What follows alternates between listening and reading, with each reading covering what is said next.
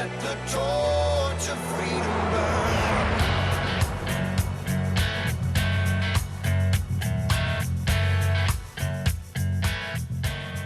Welcome to the intersection of faith and the culture. It's WallBuilders Live, taking on the hot topics of the day from a biblical, historical, and constitutional perspective.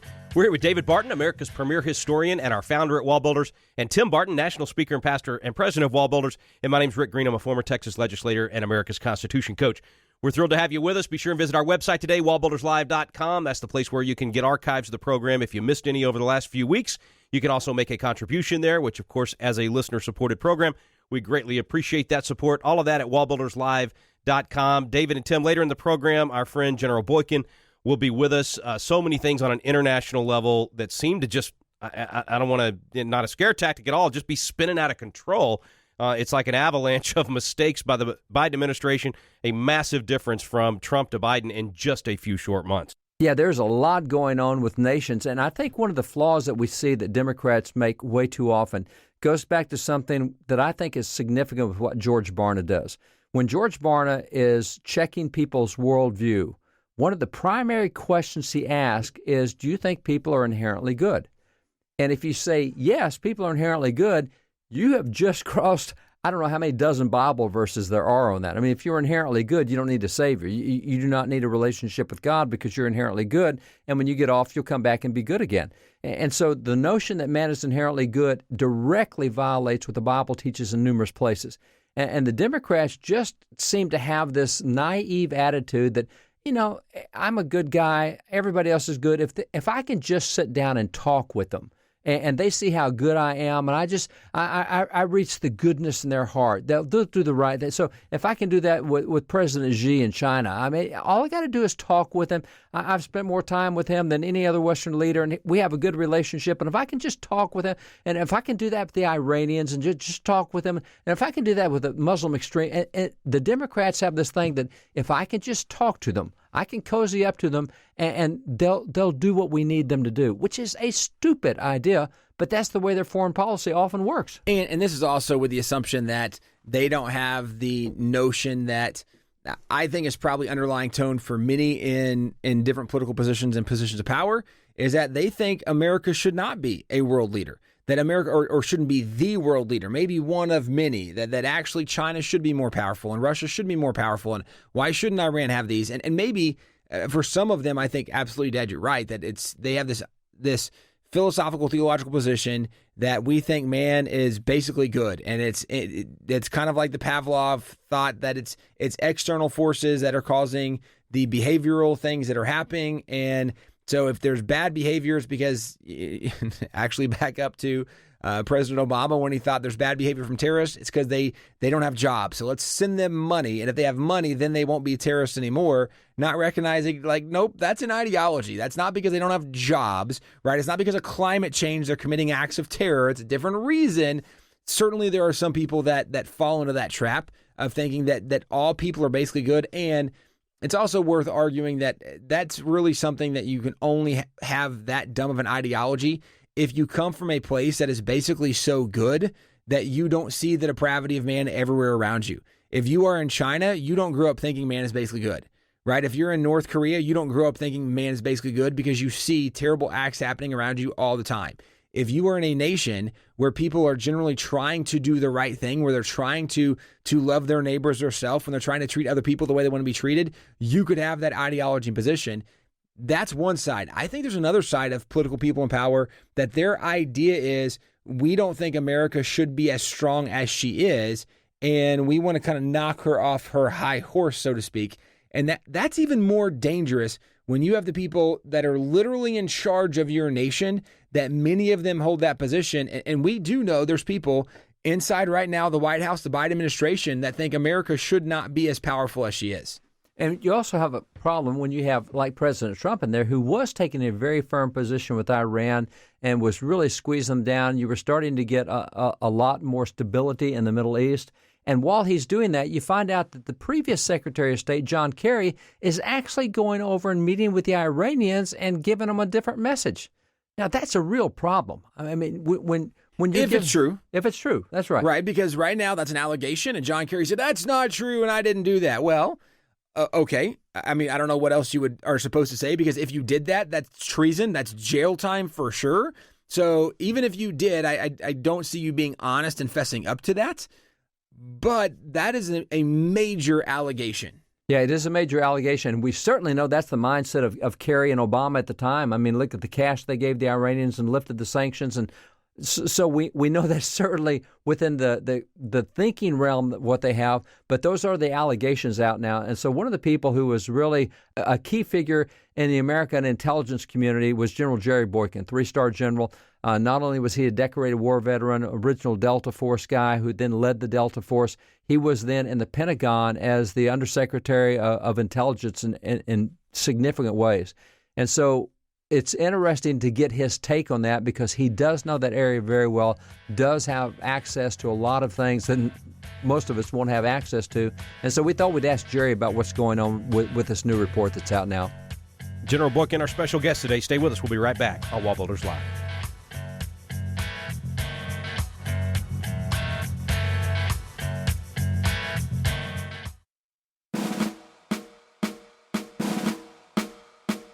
This is Tim Barton from WallBuilders with another moment from American history. The Reverend James Caldwell was a famous minister during the American War for Independence. His sermons taught liberty and God's opposition to tyranny. The British hated him and tried to kill him, so for his own protection, he would actually take loaded pistols with him into the pulpit and lay them beside his Bible as he preached. In the 1780 Battle of Springfield, the Americans ran out of wadding for their guns, which was like having no ammunition. Pastor Caldwell ran inside a nearby church and returned with an armload of Watts hymnals, the pages of which would provide the much-needed wadding. He took this great Bible-based hymnal, raised it in the air, and shouted to the troops, "Now put Watts into them, boys!"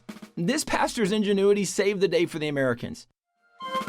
For more information on Pastor James Caldwell and other colonial patriots, go to wallbuilders.com.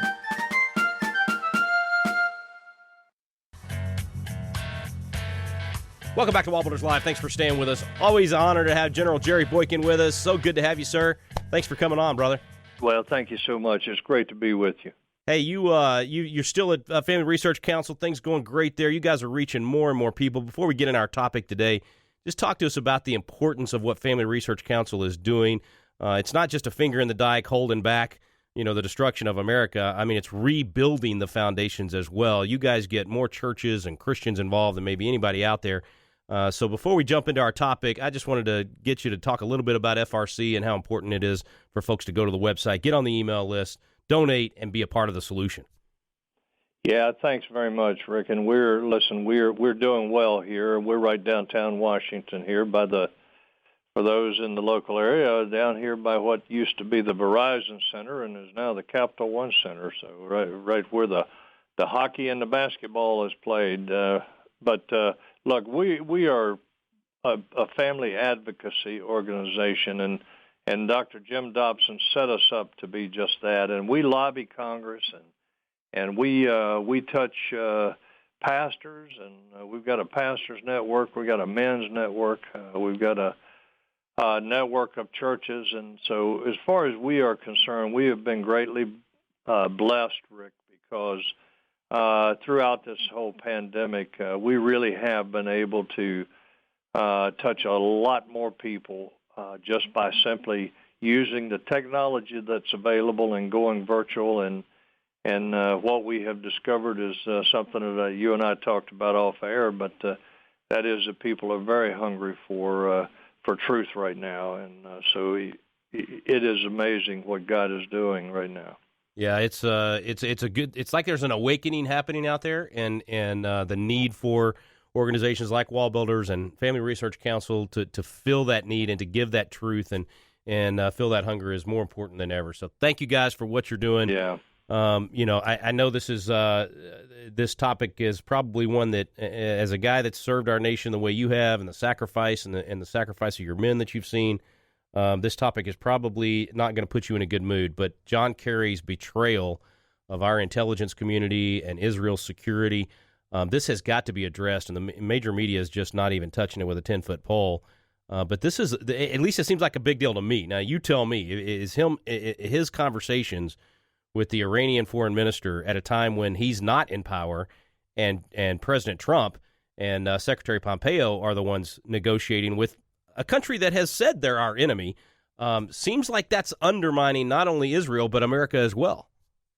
Yeah, and just don't forget that this is the same guy that went over to the White House and threw his Vietnam medals over the wall there, and the same guy that has been caught previously lying about his military service and what he actually did during his military service. And look, this guy, first of all, he is loaded with ego, but lots of people are, and that doesn't make him a criminal. But when you violate the laws of this land, as I believe that he did, I don't believe that first of all, that he withdrew all of the classified information from his at least two that we know of, discussions with the foreign minister of Iran. I don't believe that he extracted the classified information from that. And the reports are saying that he shared classified information with them. That is a prison offense. Now, what has to happen is the Democrats have to agree to investigate this situation.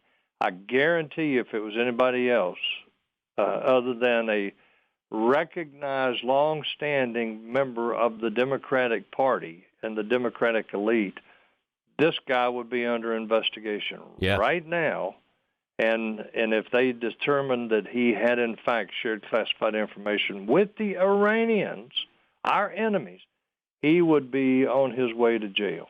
Yeah. And if, when you say the Democrats have to agree to investigate him, so at this point, the Democrats have control, obviously, as the White House. They got control of the DOJ. They got control of Congress, both houses of Congress, so no hearing will take place investigating this without the Democrats instigating it. And I'm assuming you're saying, fat chance. They're just not going to do it. No, they're not going to do it. There's at least 3 Republicans that have officially appealed to the Democratic-controlled Congress to investigate him. Just investigate him. Because there is enough evidence here that something happened, that it at least merits an investigation, and I don't think there's a chance in the world that the Democrats are going to investigate John Kerry, and he's going to walk away from this thing without being held accountable, not only for giving aid and comfort to our enemies, but for betraying one of our strongest, in fact, as far as I'm concerned now, our number one ally in the nation of Israel. Yeah.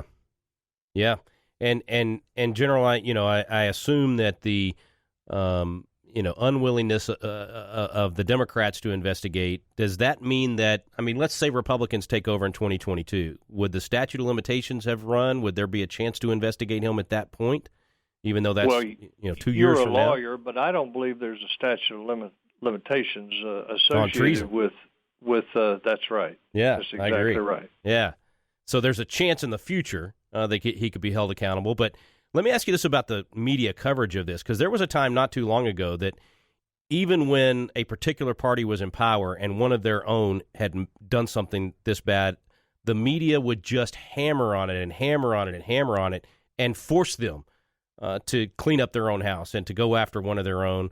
That's not happening here. Is the Democrat Party and the major media one now? Yeah, I don't think there's any question about that. Look, but it's interesting too, Rick. Let me just say this: it's interesting too now that you're starting to see organizations in the media like the New York Times that are actually starting to question Joe Biden, question his judgment, question his actions. But fundamentally, they've been in the Democrats' camp for a long time, and it really got bad when Donald Trump was the president, and we saw it, and he coined this thing about fake news, and the reality is, I think now as we look back and we look at how they're treating Joe Biden, who is bumbling his way along through a presidency, and how they treated Donald Trump, who was doing some pretty doggone good things, in not only in our economy, but in our foreign affairs and our national security and all that. And look at the difference in how they treat them. How can you come to any other conclusion than that the media is in the pocket of the Democratic Party? Yeah. Yeah, no doubt about it. Well, and you mentioned Israel being our closest ally in the Middle East, and the success of Donald Trump in his 4 years was incredible with regard to the Middle East and the peace treaties and all the things that he was able to do that John Kerry said was impossible.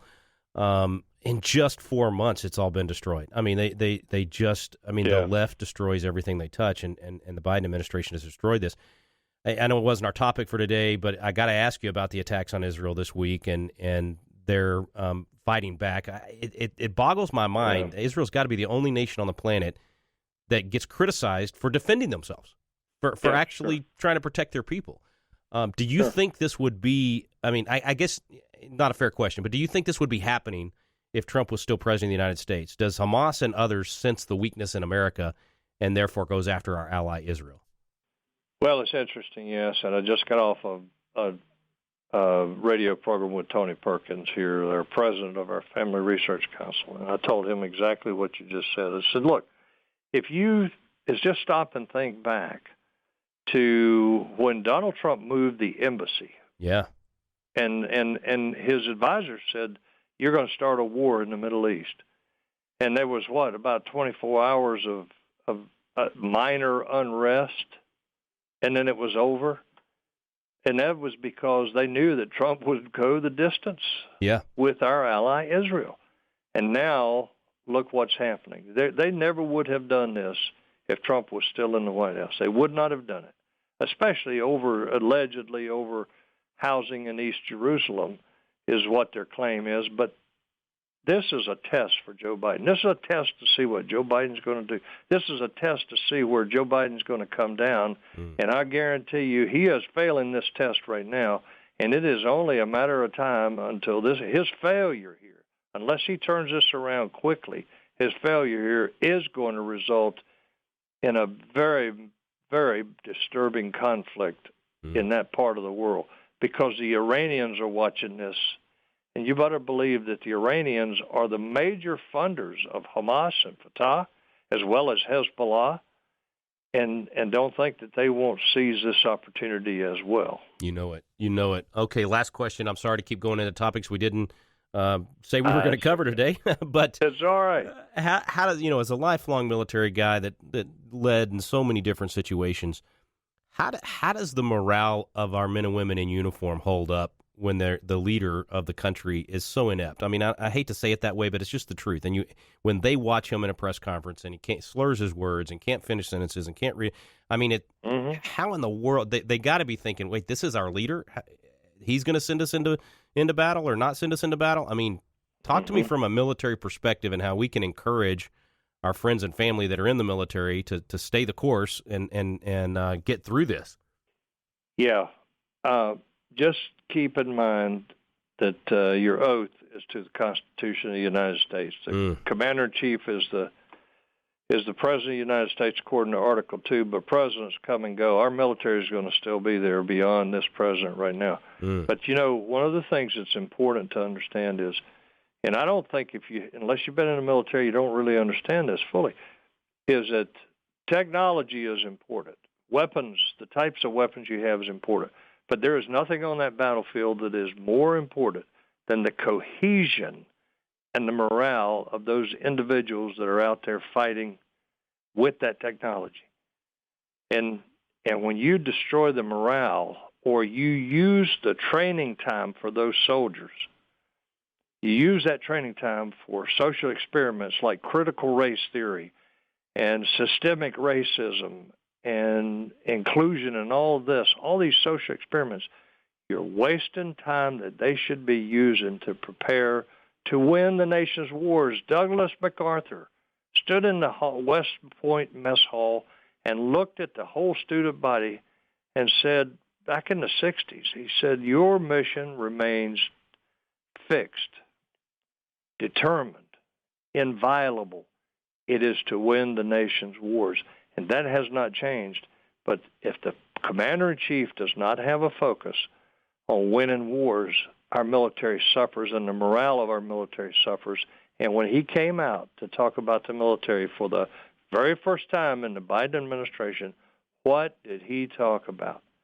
He proudly announced that he had directed that they make flight suits that would fit pregnant women and helmets that would allow them to wear their hair at whatever length they wanted. What do you think that did to the military morale? When that's the priorities of the commander-in-chief of the most powerful military in the world, this is a bad situation as far as I can see. Wow. Oh, okay. I said that was the last one. I got to ask you one more, because the CIA recruitment videos that are just basically saying that we've turned the CIA into a wimpy, feel-good organization. I don't even know how to ask the question, General. I mean, that seems like an organization that has been taken over. It has become woke. And let me tell you, that's kind of, I've seen some videos that have come out about showing what the Russians are using in terms of their recruiting, which is, macho and all, and then what the CIA used for their recruiting. And it's kind of funny. But it's not funny when you stop and think about it. It is not funny. The intelligence apparatus in America is so important to our survival and to us maintaining an edge on our adversaries. And when you do that kind of thing, it is the same thing I just talked about in the military. Your priorities are wrong. Your priorities are just wrong. And dangerous. Very. And dangerous. General, I kept you longer than I said I would. Thank you so much. It's always an honor to have you, sir.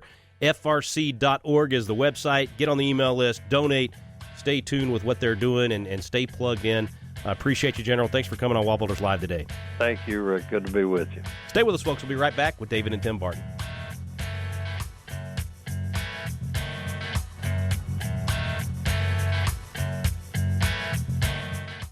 Hey guys, we want to let you know about a new resource we have at WallBuilders called The American Story. For so many years, people have asked us to do a history book to help tell more of the story that's just not known or not told today, and we would say very providentially in the midst of all of the new attacks coming out against America, whether it be from things like the 1619 Project that say America is evil and everything in America was built off slavery, which is certainly not true, or things like even the Black Lives Matter movement, the organization itself, not the statement Black Lives Matter, but the organization that says we're against everything that America was built on, and this is part of the Marxist ideology. There's so many things attacking America. Well, is America worth defending? What is a true story of America? We actually have written and told that story, starting with Christopher Columbus, going roughly through Abraham Lincoln. We tell the story of America not as the story of a perfect nation or a perfect people, but the story of how God used these imperfect people and did great things through this nation. It's a story you want to check out. WallBuilders.com, The American Story.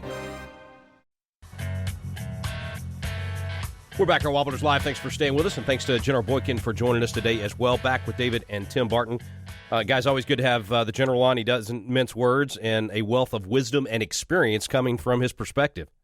Yeah, Jerry does not mince words, and he had so many good points. I mean, he was talking about how this is a test for Biden, what's happening in Israel, because now that they have softened up on Iran, and Iran is chief backer Hamas, and Hamas is launching all these tons of rockets into Israel, and now that Biden's in, the Palestinians are really willing to rise up and say, hey, we got support in the White House. Let's push this thing. I mean, this really is a test for Biden. So how far is he going to let this go?